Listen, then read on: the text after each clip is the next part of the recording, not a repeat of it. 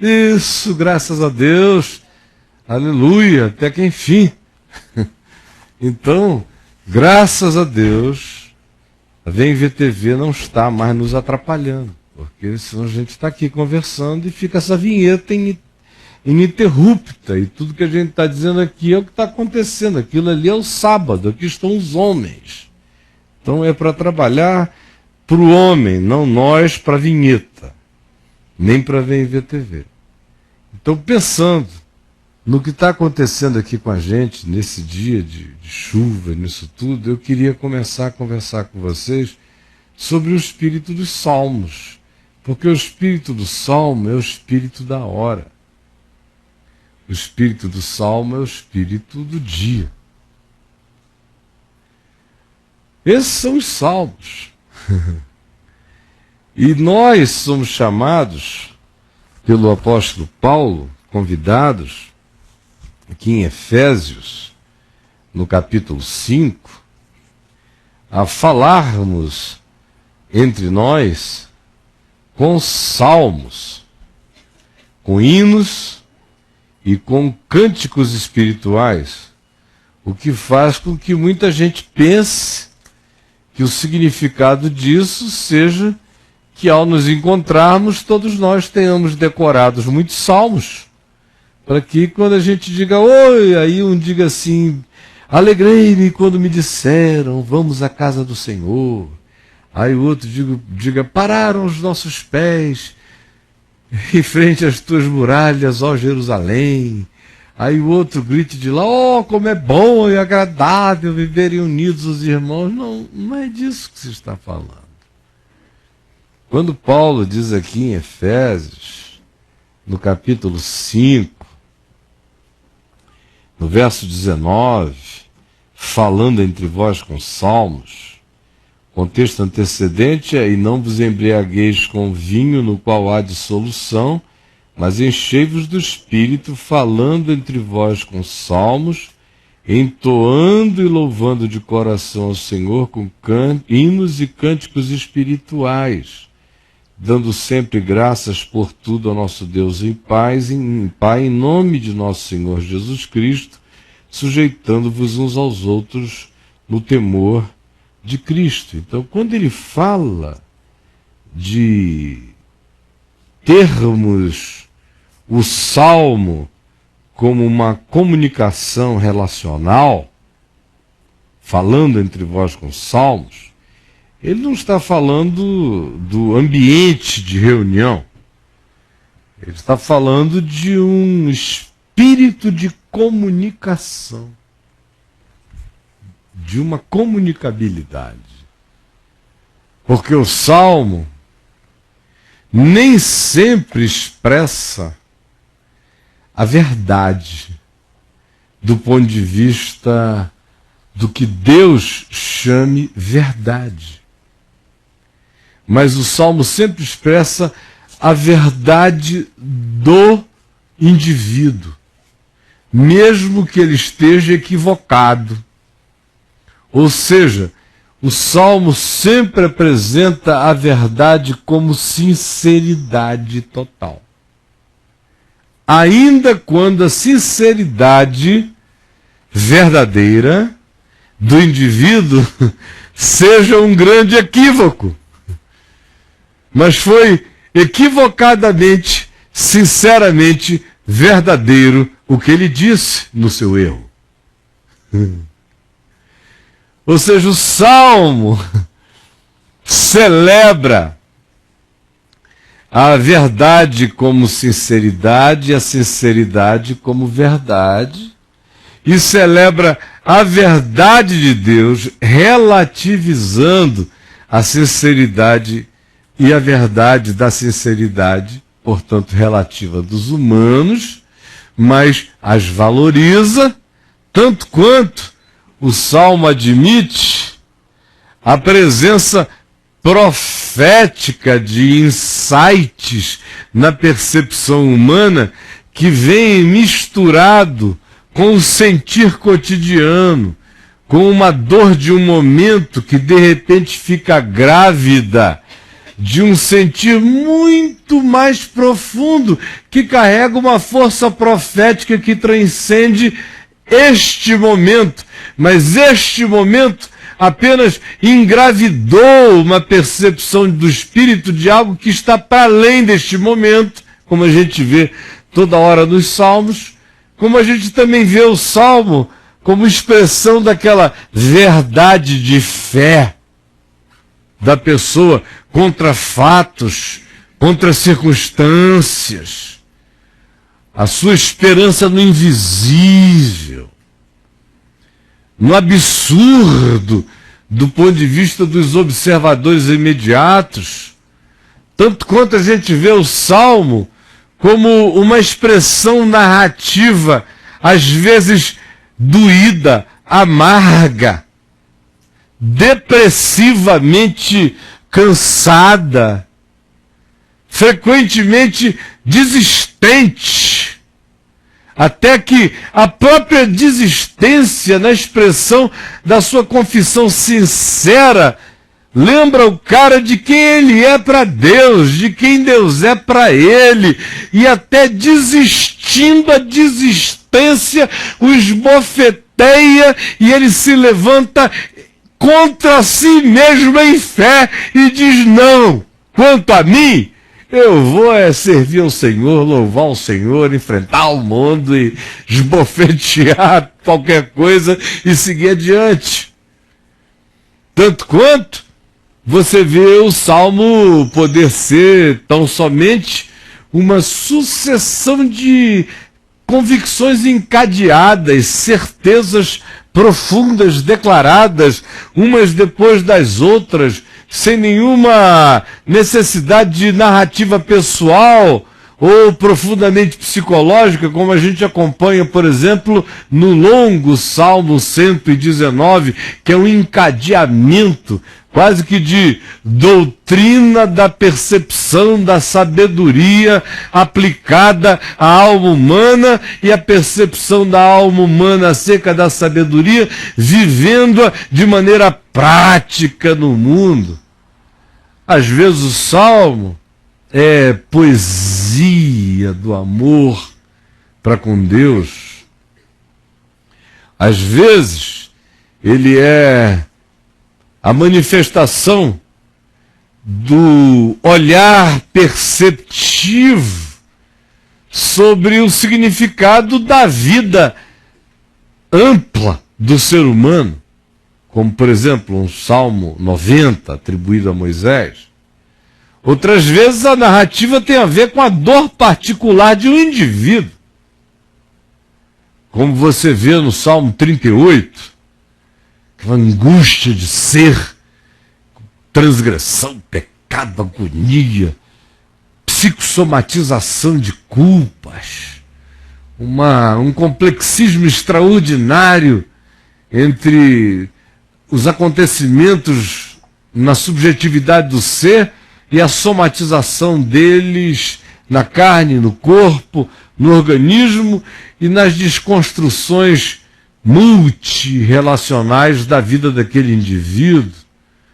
Outras vezes o Salmo é uma angústia existencial, uma observação amargurada da vida, como, por exemplo, Salmo 37, onde o olhar do homem tão piedoso ficou tomado de amargura pela prevalência do estilo de vida dos arrogantes, dos soberbos, dos mandantes, dos enjagunçados nessa vida, dos arrogantes, dos que tripudiam sobre o direito e jactam-se da sua própria maldade e vão adiante. Ou, como no Salmo 73, quando Asaf diz que foi por essa observação dos progressos aparentes dos ímpios, dos impiedosos, dos iníquos, dos perversos, que ele disse: eu quase me desviei de vez do caminho. foi por pouco. Ou, às vezes, o Salmo expressa um cansaço do indivíduo em relação a uma espera. Espera de uma promessa, de uma esperança, de uma certeza de algo que só pode ser bom. Por isso, eu espero que ele se realize. Eu espero há tanto tempo e não acontece. Como, por exemplo, o Salmo 77, é esse sentir. Até quando tua mão encolheu, a tua misericórdia caducou, a tua graça esclerosou, tu mudaste de opinião. E uma quantidade enorme de outros salmos que dizem para Deus: lembra-te dos teus feitos passados. Há uma permissão, não só poética, é permissão existencial, também grotescamente expressa nos salmos em relação a dizer-se para Deus o que é sinceramente o que se sente. Não há pudicícia em relação a Deus nos salmos. Não há aquela reverência pudica. O temor do Senhor dos salmos se manifesta como sinceridade de dizer não importa o quê. Ao invés de ser reverência para com Deus, é escolher palavras e tentar tapeá-lo, não dizendo o que eu sinto. A santidade do salmista é a sua sinceridade, não a sua construção sistemática de verdade.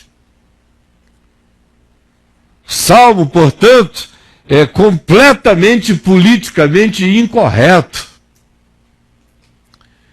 Os salmos não se oferecem para que a partir deles construamos doutrinas. Eles não servem para que se montem doutrinas a partir deles. Eles carregam profecias, eles carregam poesias sinceras que revelam como a alma é, eles carregam a ambiguidade, a ambivalência, a dor, carregam o fato de que o ser humano mais piedoso, se muito massacrado, pode ficar subitamente vingativo.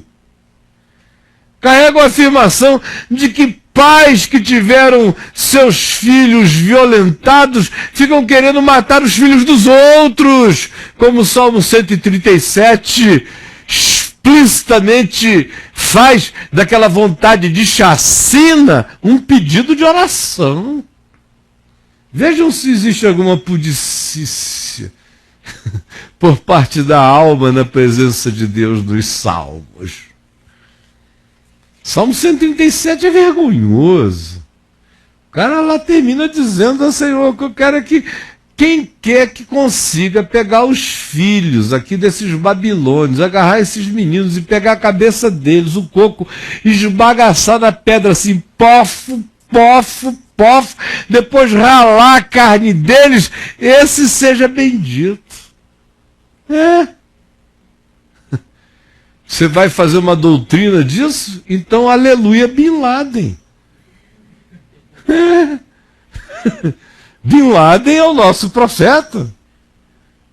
Não. O que o homem disse era verdade para ele. Era isso que ele sentia. O que ele disse é uma estupidez extraordinária do ponto de vista da verdade absoluta de Deus, do Evangelho. Isso nunca foi recomendado em momento algum, nem nos auges do Levítico tal recomendação aparece. Não vos vingueis a vós mesmos, isso está dito lá, em Deuteronômio 32. Mas está no Salmo 137 essa vontade de esfolar, matar, arrebentar, quebrar, chacinar com a própria mão. No meio de muita coisa bonita, junto aos rios de Babilônia, nos assentávamos e chorávamos e tal. Tem Um lado ali, absolutamente normal. E esse outro aqui, ele ultrapassa todas as medidas, mas é compreensível considerando a natureza humana absolutamente atazanada de gente que foi invadida na sua terra, castrada, suas mulheres estupradas, seus filhos feitos eunucos. E eles levados pelos poderosos babilônios, não importa se porque eles tinham pecado, não tinham pecado, não interessa. Na hora que o opressor vem e faz isso, o maior bandido do mundo se sente justo. E o Salmo 137 termina daquele jeito.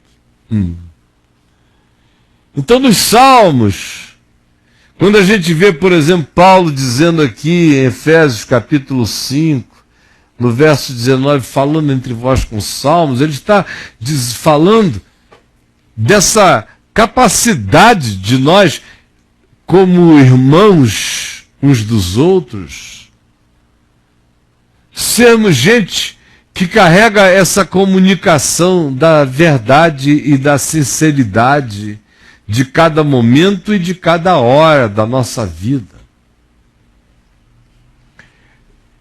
E nesse sentido, e é por essa razão, se vocês já perceberam, entre tantas coisas, que os salmos têm um poder tão extraordinário sobre as nossas vidas, sobre a minha, sobre a sua. Qual é praticamente a primeira leitura intuitiva de qualquer alma humana angustiada? Me diga. Não é porque está no meio da Bíblia, não. São os salmos. Porque quando você está angustiado, você quer encontrar alguém sincero. Você não pega uma teologia sistemática para ler. Nem uma dogmática. Você quer um cara que diz, ó Deus! Olha eu aqui! Não estou entendendo nada.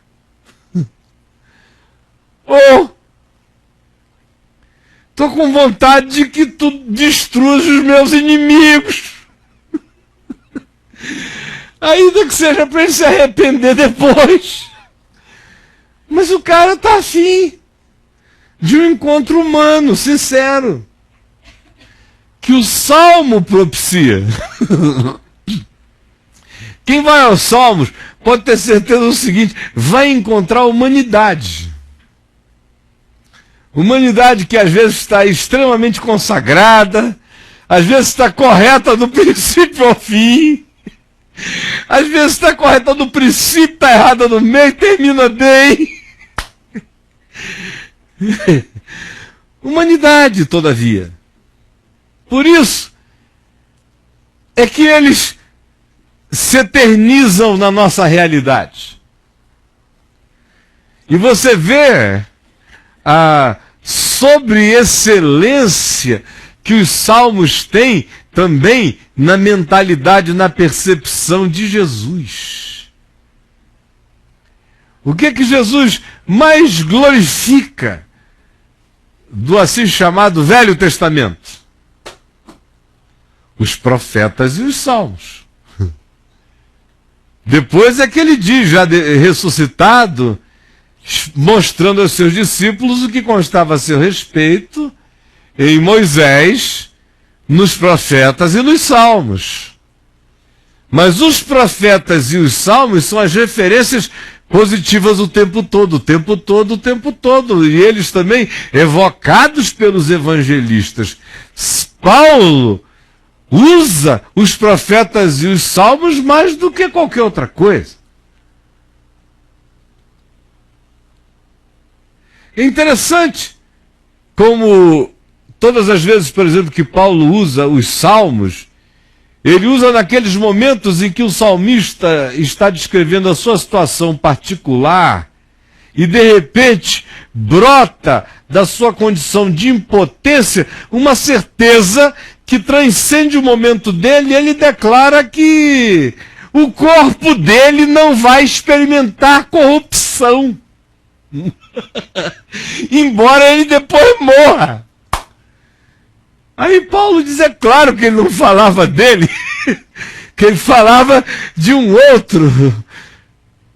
São essas horas em que o orgasmo profético do indivíduo que esteve esmagado pela sua impotência é, todavia, algo que explode dentro dele em esperança, é quando uma profecia nasce da poesia do salmista e se eterniza.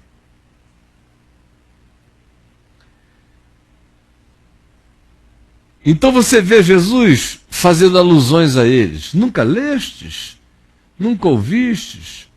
De pequeninos e crianças de peito suscitaste força para emudecer os adversários. Ou você vê Jesus evocando expressões dos salmos, ou os evangelistas evocando toda hora. Eles estão presentes nas suas sinceridades, que às vezes tiveram a ver com uma contingência na vida de Davi ou de alguém. Até os meus inimigos, até os meus amigos, o meu companheiro, tu que te sentas na minha mesa, que comes do meu pão, levantas contra mim teu calcanhar. Aconteceu na vida dele, mas há uma projeção para além daquilo que já se engata na própria descrição do Salmo com algo que transcendia o momento e lançava luz sobre um déjà vu messiânico que viria ainda. Salmos, portanto, estão cheios de déjà vu. Déjà vu, déjà vu, déjà vu. E toda hora você vê esses déjà vus sendo reencontrados e reafirmados. Aí você volta aqui para Paulo, falando entre vós com salmos, eu disse, isso é uma linguagem. Porque não se está falando de um encontro numa reunião. Se está falando de encontro humano. De nós sermos gente da sinceridade, da verdade. Não significa que nós vamos nos tornar insensatos. Como diz o livro de Provérbios, que o insensato é aquele que dá a conhecer o seu interior a qualquer um. E também não seremos os insensatos acerca dos quais Jesus disse que não fôssemos. São aqueles que entregam as suas pérolas aos porcos. Mas no encontro sincero, no encontro humano, no encontro conjugal, no encontro familiar, que é a nossa relação igreja mais visceral, minha relação igreja mais primordial de encontro, acontece entre mim e a Adriana. Essa é a minha igreja mais íntima. Como Paulo diz aqui em Efésios 5, Cristo e a igreja, homem e mulher, são encontros de metáforas que se iluminam. Então está aqui o primeiro eixo desse encontro, igreja. Você não é casado, é solteiro. Então é com as suas fraternidades familiares imediatas, como Paulo diz. Se alguém não cuida dos seus, especialmente dos da sua própria casa, tem negado a fé e é pior do que o incrédulo. E ela vai crescendo, os círculos concêntricos dos nossos vínculos de igreja, a partir dessa percepção de quem são aqueles com os quais eu convivo, aos quais eu devo, os quais me criaram, com os quais e aos quais eu tenho gratidão, com os quais eu estou, e ele vai crescendo, vai ampliando. Mas a gente tem esse vínculo. Nesses vínculos, a gente tem que aprender a falar com salmos. Falar com salmos. Que não é eu chegar para Adriana e dizer, meu amor, o Senhor é o nosso pastor, e nada nos faltará. Deitar-me faz em verdes pastos, guia-me mansamente para as águas de descanso. Aí lá vou eu, e quando ela acabar, aí eu acabar, ela vem ela. Aquele que habita nos esconderijos do Altíssimo, nosso casamento acaba. Não dá, brocha. Não brocha. Mas você tem que aprender a falar com salmos até quando você está afim de transar. Fale com salmos que fica melhor, é mais sincero. Porque nessa hora os salmos viram cantares de Salomão, que é o salmo do corpo. O livro de cantares. Oh, minha amada, linda, maravilhosa, gostosa, tua bunda mexe como a da pomba, tuas coxas são roliças, tua boca é carnuda, teu hálito é uma maçã, os teus olhos brilham como numa piscina, os teus seios são como duas corças gêmeas, gazelas e tosquiadas, e vai descrevendo lá vestido como ele pode, os teus meneios, a tua cintura, eu quero beber vinho na tua genitália, como diz o texto hebraico original, é um salmo do corpo.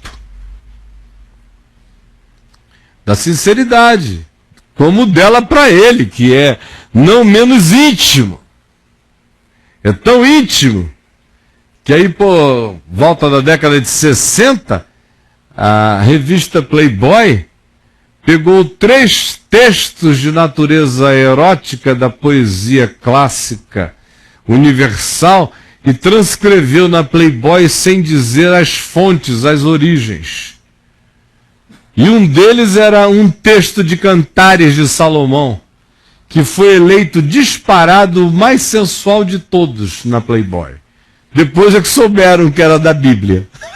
Você vê o tamanho da hipocrisia humana. Tá lá. Tá lá. É o salmo do corpo, é o salmo do desejo, é o salmo do quarto, é o salmo da eroticidade. Salmo. Como você vê, por exemplo, você abre em Lucas, na oração de Maria. Você já leu, lembra da oração de Maria? Está aí em Lucas. Leia. Magnificat. Que oração mais revolucionária. Um salmo. Pedindo a Deus que subverta as ordens. Que despeça vazios os ricos e ricos de graça os humildes e pobres da vida. Que subverta os poderes. Essa é a esperança, aquele é o salmo dela. Nesse caso é uma mulher declarando um salmo profético de amplidão política planetária, sem que ela sequer soubesse a extensão disso. Assim como você tem aquele salmo de Ana, mãe de Samuel, mulher de Eucana, quando a outra mulher de Eucana, Penina, era a única que lhe dava filhos e Ana não conseguia dar, vocês viram aquela oração, salmo de Ana, clamando por um parimento. Então Maria está grávida do filho do homem, pedindo pela revolução na terra. Ana quer ficar grávida de Eucana, pedindo para parir um neném. Vocês vejam que o salmo vai do macro ao micro, ao íntimo, com essa sinceridade visceral o tempo todo. Falando entre vós com salmos, começa aqui. Minhas relações íntimas com sinceridade da alma. Sinceridade da alma com a mulher, com o marido, com o pai, com a mãe, com os filhos. Muito poucos os maridos e mulheres que salmodiam-se, que falam o que estão sentindo, mesmo um para o outro. Na maioria das vezes as pessoas escondem tanto suas emoções, seus salmos.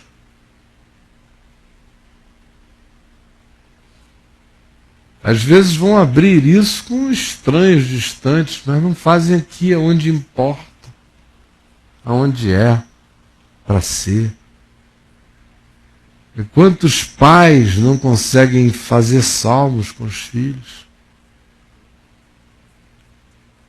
Salmos às vezes doces, de confissões de amor, de carinho, de ternura, de poesia, e às vezes salmos duros. Às vezes salmos até imprecatórios com os filhos, aqueles que você marca o chão com a verdade de um salmo. Aquelas verdades viscerais.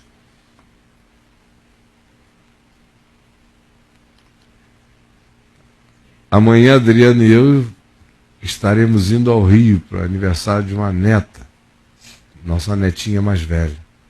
E voltaremos domingo de manhã, porque domingo à noite eu quero estar lá no Dulcina, com a graça de Deus.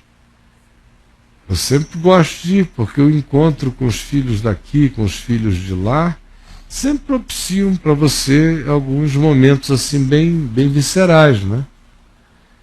E com os que estão com você todos os dias no cotidiano, às vezes apenas quando tem acontecimentos mais especiais na vida, porque o cotidiano vai fazendo com que todo dia você diga pequeninas coisas, né?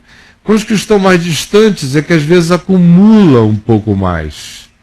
E aí alguns desses encontros às vezes fazem com que você diga de uma vez coisas que estavam guardadas, aí geram intensidades maiores. Mas é muito raro uma ida nossa, assim, um encontro assim, com um filho quando você está um tempo sem ver, que não se produz um salmo em algum momento, ou de muito amor, muita saudade, muito carinho, muito aconchego, ou às vezes de algumas intensidades, de algumas checagens de ser, com verdade, faz tudo ficar muito mais sincero para a vida, para o futuro.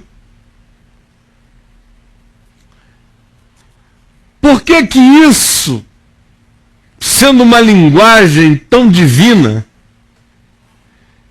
que é a permissão divina dada a nós de não sermos necessariamente exatos, nem precisos, nem completamente corretos, nem obcecados com a ortodoxia do sentir, mas entendendo no Salmo que a ortodoxia do Salmo é a sinceridade do sentir, e não a correção do sentir.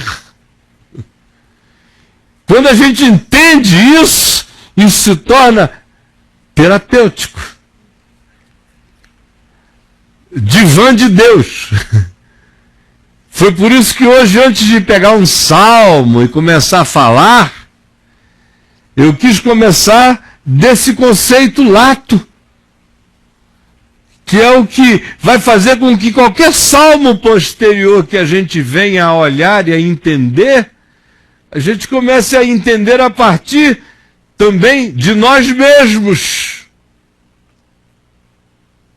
E a fazermos nós os nossos exercícios de construção dos nossos salmos.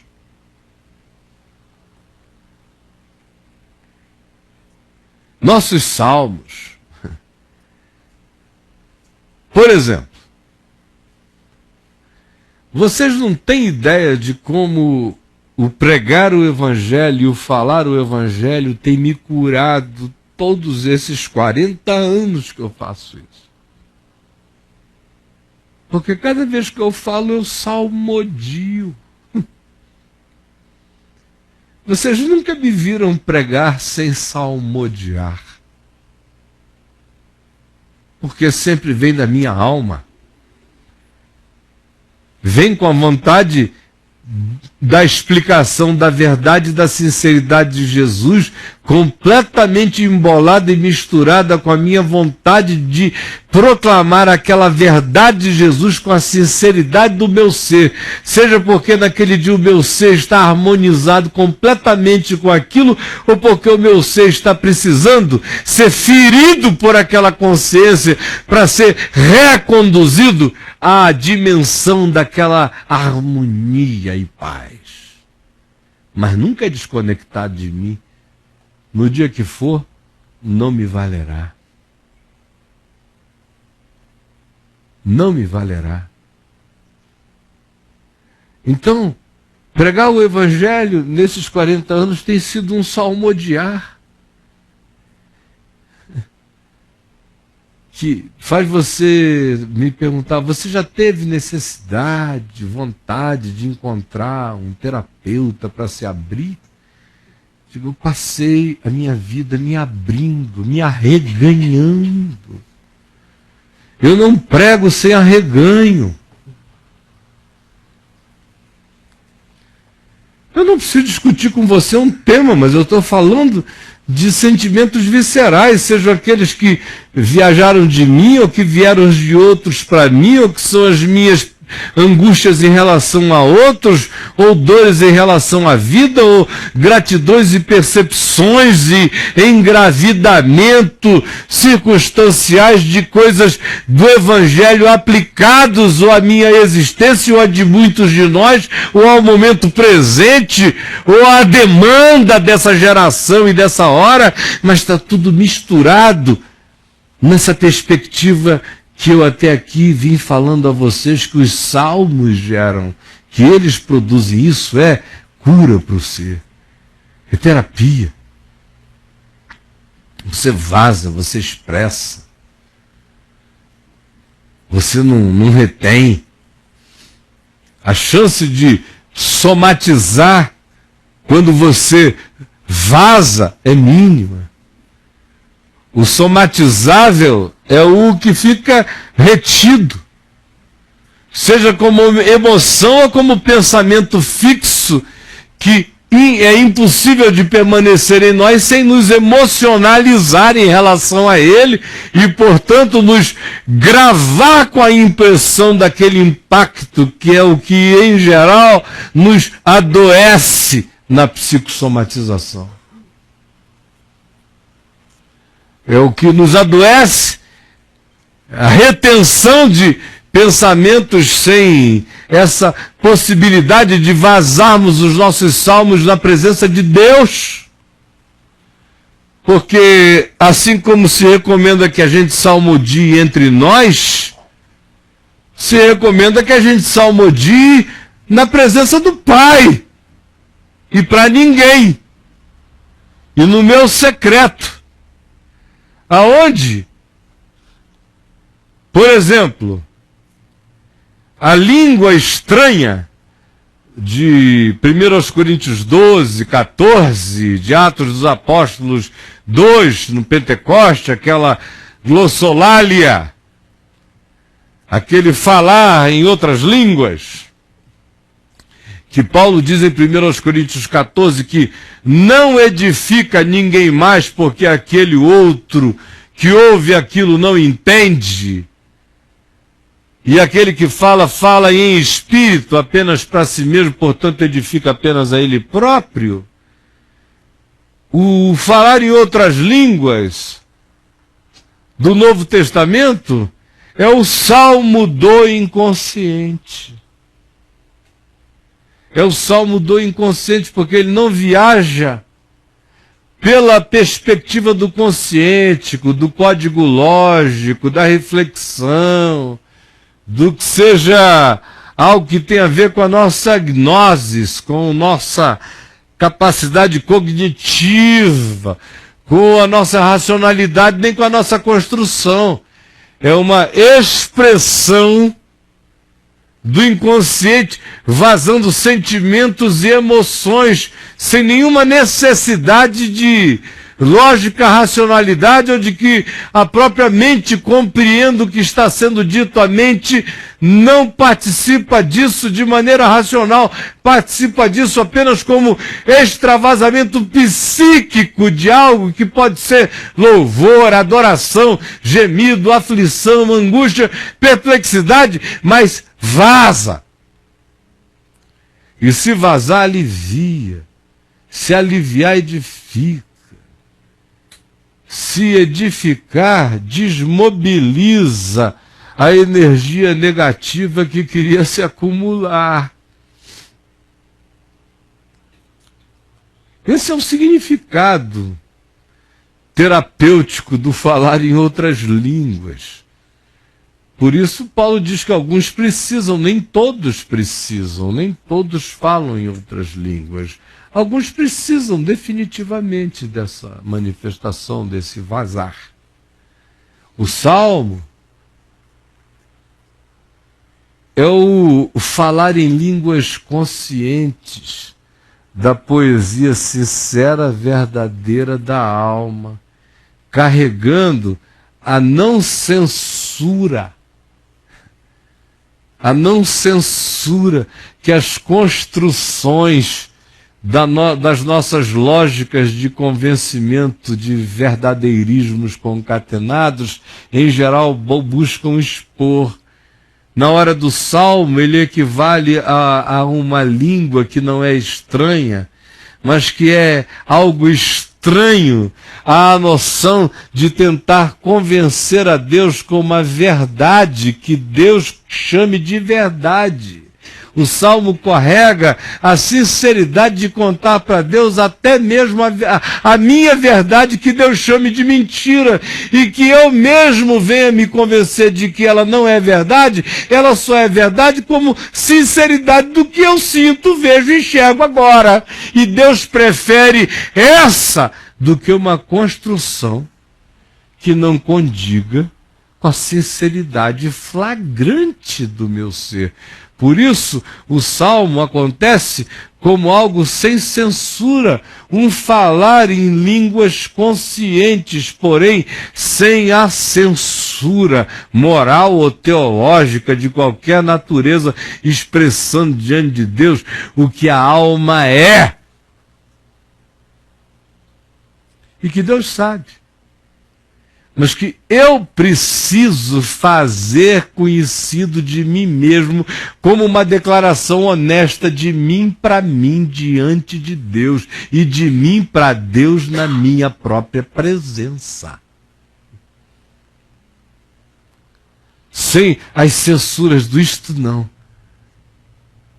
isto não, isto não. Aí eu nunca acabo tendo a coragem de dizer completamente quem eu sou para mim mesmo, porque o meu eu fica sendo censurado. E aí não há um chamado para que eu libere o meu eu para não censura, para que ele se torne um eu anarquista, não. É para que ele apareça na sua própria sinceridade. Porque quando eu me ouço nessa expressão, eu tenho a chance de fugir do auto-engano.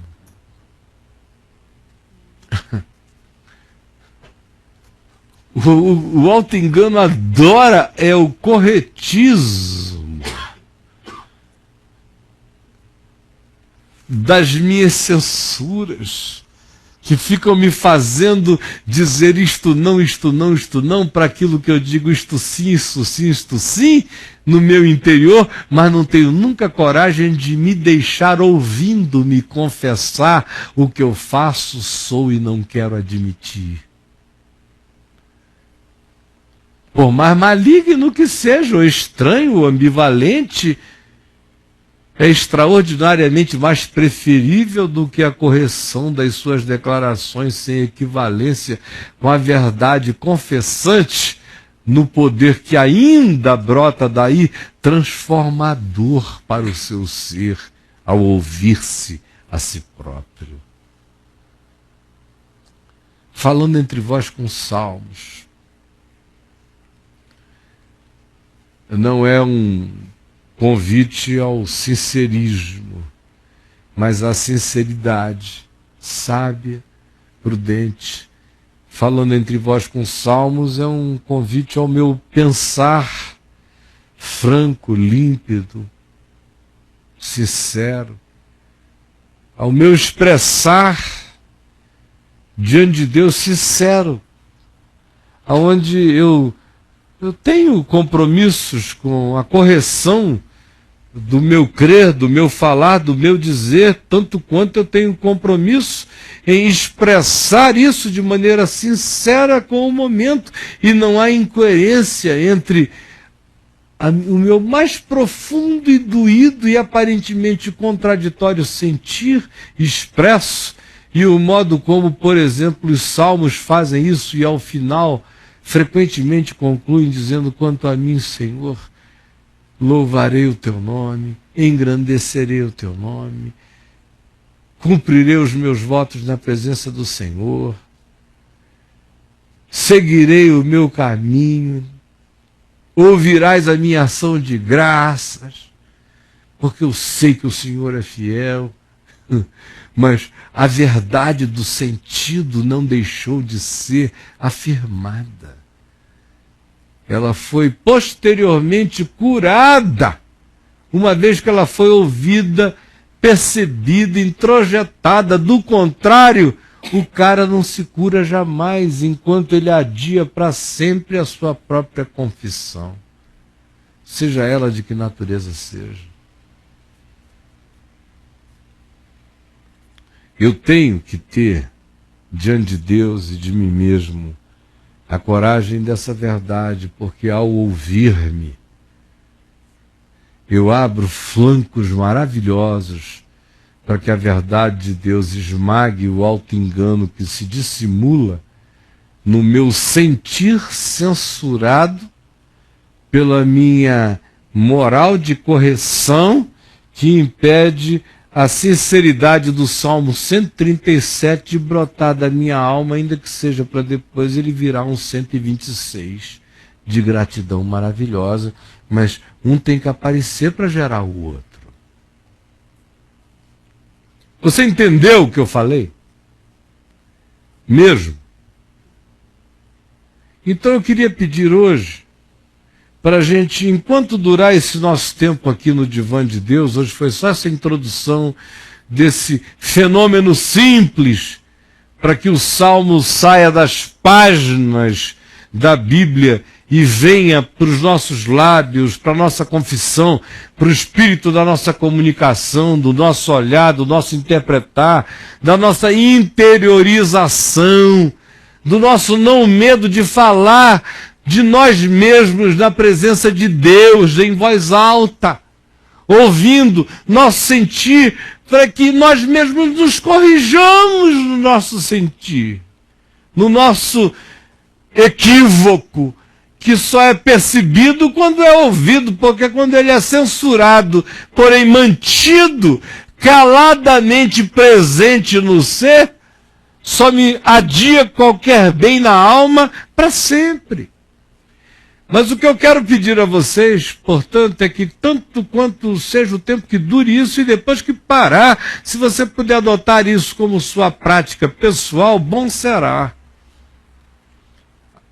Comece o seu livro de salmos, de orações. Você pergunta se eu tenho o meu? Particularmente não, nunca tive um diário, nem um livro de orações. As minhas estão todas gravadas há 40 anos, né? Aos milhares, aos milhões.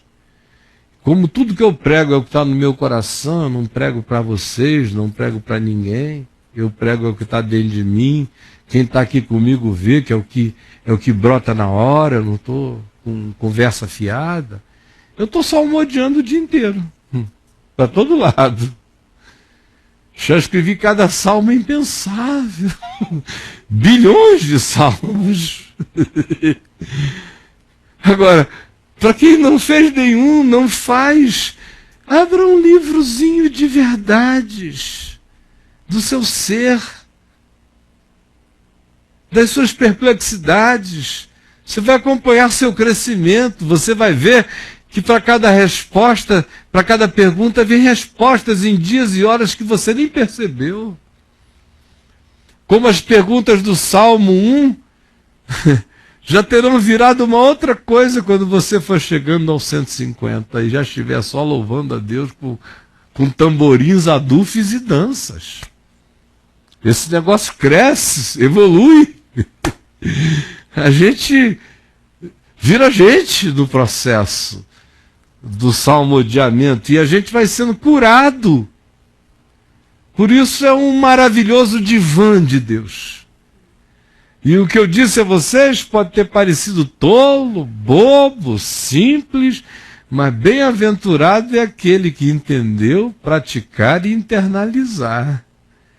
E incorporar isso à sua espiritualidade, à sua comunicação, à sua doce franqueza, à sua meiga sinceridade, à sua simples, clara e bondosa, todavia límpida assertividade, seu vencer sobre o medo de ser poético, de ser doce, tanto quanto de ser completamente franco, de ser você. O Salmo é um convite a que cada um de nós sejamos nós, uns na presença dos outros e nós mesmos na presença de Deus.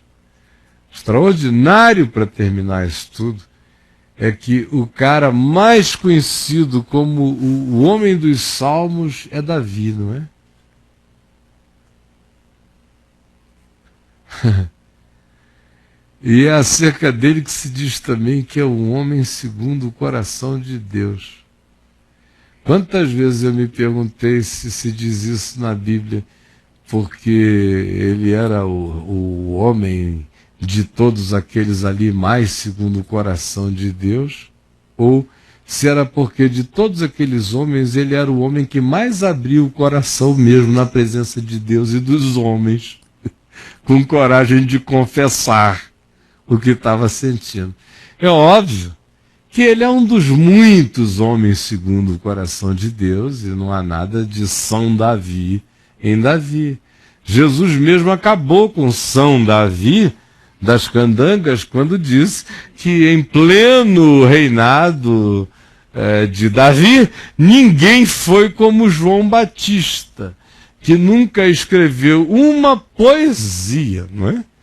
O negócio do cara era machado na raiz, vamos fazer fogo nessa palha, incendiar esse negócio, enquanto isso eu como gafanhoto, mel silvestre, e ando contra todos os gostos de vocês.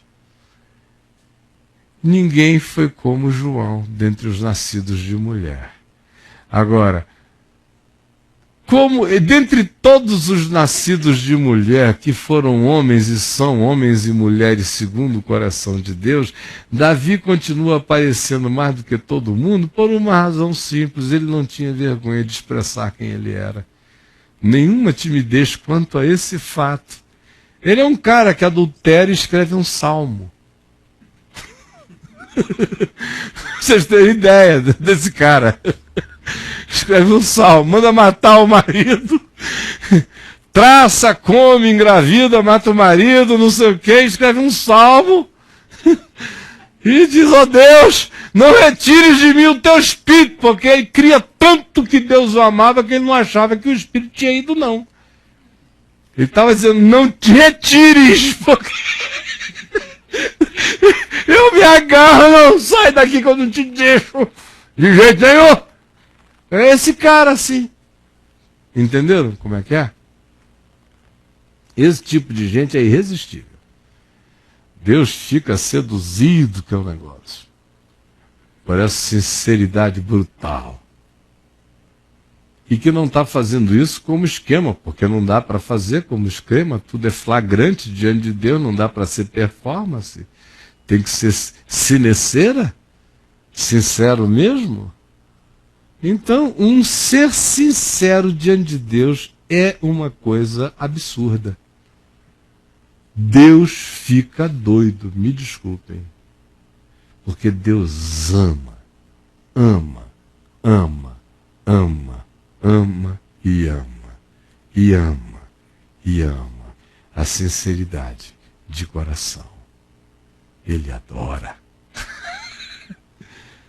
Os hiperortodoxos vão amanhã pegar só essa frase minha assim. Caio disse, Deus adora os quebrantados de coração.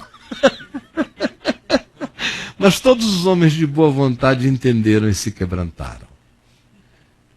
Vamos orar?